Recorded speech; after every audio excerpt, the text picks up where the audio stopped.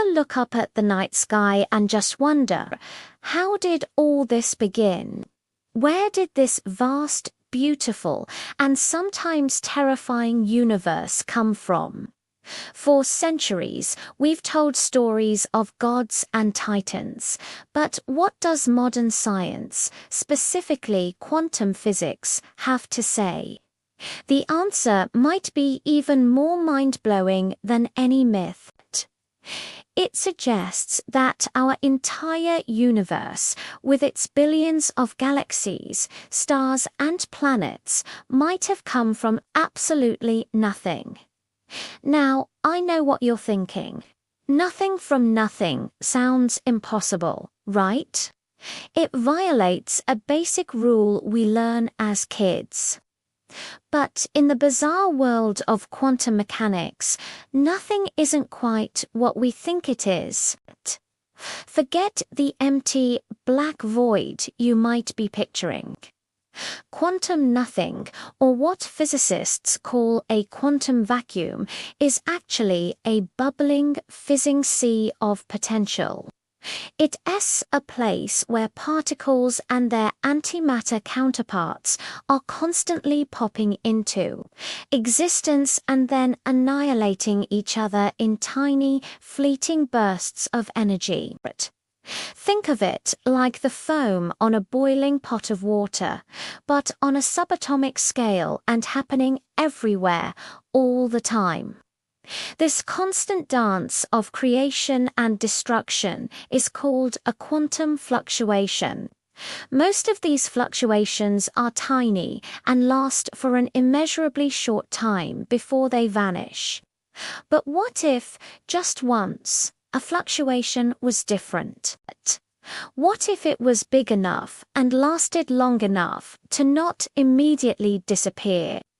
According to some theories, like the one proposed by Alan Guth called cosmic inflation, this is exactly what happened. About 13.8 billion years ago, a single incredibly energetic quantum fluctuation occurred.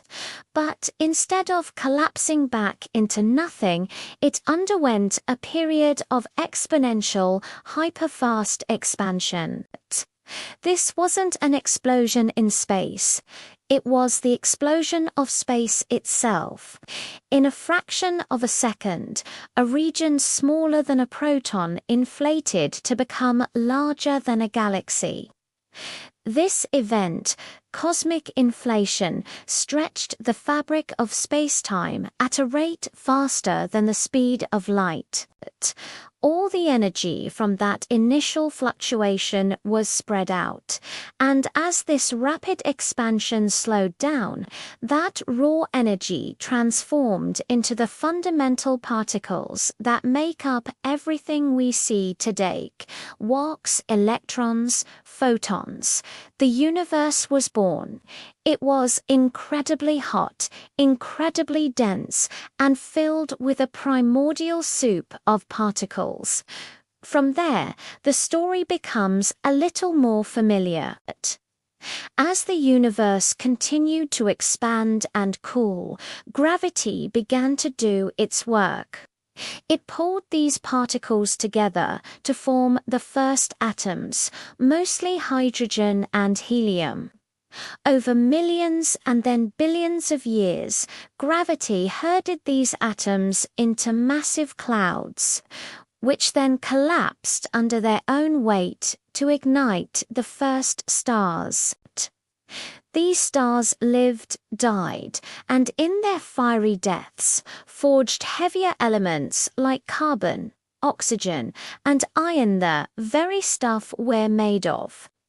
These elements were scattered across space, eventually forming new stars, new planets, and eventually life.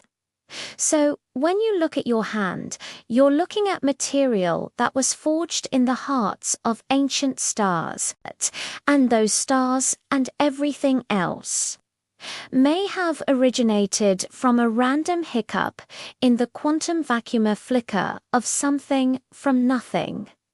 It's a humbling and awe-inspiring thought, isn't it?